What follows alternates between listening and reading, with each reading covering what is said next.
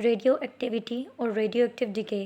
So what is radio activity, आज हम लोग ये अपने टॉपिक में डिस्कस करेंगे। अस्सलाम वालेकुम class 9, hope so you all are fine and doing well. My name is Sonia and you are watching my YouTube channel Bright World Academy. आज हम डिस्कस करने वाले हैं रेडियो एक्टिव डिके। इससे पहले जो है वो हमने डिस्कस किया था about atomic number and atomic mass. तो आज हम डिस्कस करेंगे रेडियो एक्टिव डिके। तो चलते हैं अपने टॉपिक की तरफ। तो सबसे पहले मैं स्टार्ट करती चलूँ कि रेडियो एक्टिविटी क्या होती है। याद रखें कि एटम जो है, ठीक है, ये हमारे पास लेट्स सपोज एक एटम है, ठीक है। एटम, कुछ एटम ऐसे होते हैं जिनके जो हैं न्यूट्रॉन्स और प्रोटॉन जो हैं वो बैलेंस नहीं होते। उनके प्रोटॉन्स और न्यूट्रॉन नंबर जो हैं वो बहुत ज़्यादा लार्ज होते हैं, ठीक है, बहुत ज़्यादा होते हैं अमाउंट में, ठीक है। तो ऐसे एटम जिनके प्रोटॉन्स और न्यूट्रॉन्स जो हैं वो न्यूक्लियस में बहुत ज़्यादा हों, तो ऐसे जो एटम्स होते हैं वो अनस्टेबल होते हैं, ठीक है। ऐसे एटम्स जो हैं वो अनस्टेबल होते हैं, उनके पास स्टेबिलिटी नहीं होती। फिर क्या होता है, वो स्टेबल करने के लिए अपने आप को क्या करते हैं कि वो रीअरेंज करते हैं, ठीक है, अपने आप को बैलेंस करने के लिए न्यूक्लियस, ठीक है, न्यूक्लियस अपने आप को बैलेंस करने के लिए, क्योंकि ज़ाहिर सी बात है कि न्यूक्लियस में ही जो है वो न्यूट्रॉन्स और प्रोटॉन्स बहुत ज़्यादा अमाउंट में है ना, तो इस वजह से वो अनस्टेबल हुआ हुआ है। तो फिर क्या होता है कि ना ये अपने आप को रीअरेंज करता है, न्यूट्रॉन्स और इलेक्ट्रॉन्स को बीच में से एमिट करवा देता है, ठीक है। तो वो जो एक्स्ट्रा न्यूट्रॉन्स और प्रोटॉन्स होते हैं, सॉरी, तो वो उनको क्या करवा देता है, इमिट करवा देता है, ठीक है। जब वो उनको इमिट करवा देता है तो इससे बनने, अगर जब न्यूट्रॉन्स इमिट हो रहे होते हैं, न्यूट्रॉन की इमिशन से, ठीक है, जब न्यूट्रॉन्स इमिट होते हैं, ठीक है, NEU होगा, ठीक है, न्यूट्रॉन्स इमिट होने से जो है वो न्यू आइसोटोप में बदल जाता है। वो जो एटम होता है उसका दूसरा आइसोटोप होता है, उसमें बदल जाता है। जैसे अगर कार्बन 12 है तो वो कार्बन 14 में बदल जाएगा।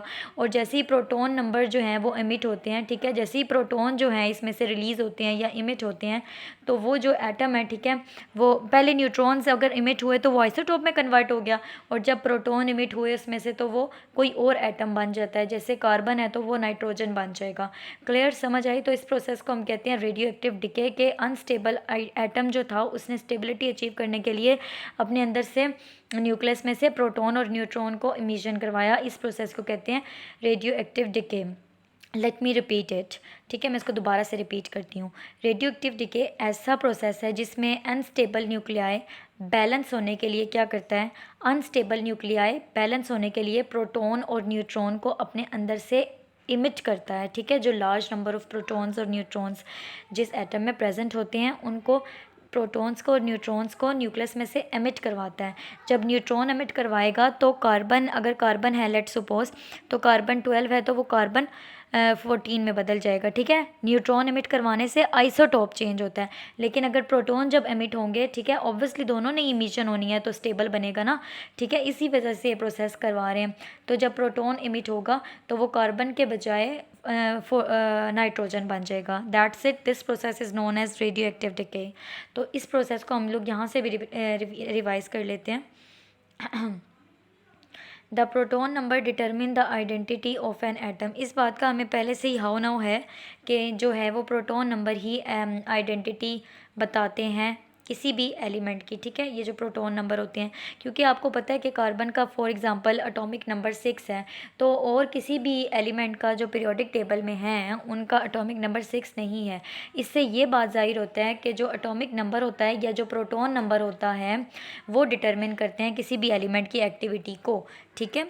क्लियर हो गया। इन स्टेबल एलिमेंट्स, अब स्टेबल एलिमेंट जो है वहाँ पे न्यूक्लियर फोर्स जो है वो बैलेंस होती है, ठीक है। स्टेबल एलिमेंट जो है ऑब्वियसली अगर वो स्टेबल है दैट मीन कि न्यूक्लियर फोर्स बैलेंस है। लेकिन अगर वो अनस्टेबल हैं तो जाहिर सी बात है उनकी न्यूक्लियर फोर्स बैलेंस नहीं होगी, क्योंकि उनके न्यूट्रॉन्स और प्रोटॉन्स जो हैं वो ज़्यादा अमाउंट में होंगे। तो वो क्या होंगे, स्टेबिलिटी अचीव करने के लिए क्या करेंगे, वो न्यूट्रॉन्स और प्रोटॉन को अपने अंदर से इमिट कर देंगे, और ऐसे प्रोसेस को हम रेडियो एक्टिव डिके कहते हैं। चलिए आगे चलते हैं। In some elements the nuclear force are not naturally balanced, the nucleus of these atoms decay, ठीक है। कुछ एलिमेंट्स में न्यूक्लियर फोर्स बैलेंस नहीं होती, ठीक है, वो अनस्टेबल होते हैं।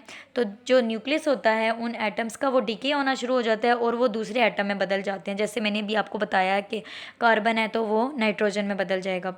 इस प्रोसेस को हम क्या कहते हैं बेटा, रेडियो एक्टिव डिके, ठीक है, radio active decay.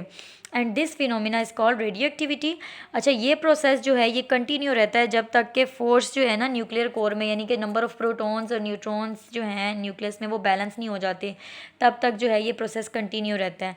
Radio active decay में दोबारा से बताते हैं क्या होता है कि जब एक एटम इमिट करता है न्यूट्रॉन, तो देखें वही बात आ रही है, तो वो चेंज हो जाता है आइसोटोप में, लेकिन जब एमिट करेगा वो प्रोटॉन को तो वो दूसरे एटम में बदल जाएगा। ठीक है, इसका मतलब है कि रेडियो एक्टिविटी जो है वो चेंज करती है नंबर ऑफ प्रोटॉन। ठीक है, तो उसकी वजह से प्रोटॉन चेंज होने की वजह से आइडेंटिटी ही एटम की चेंज हो जाती है।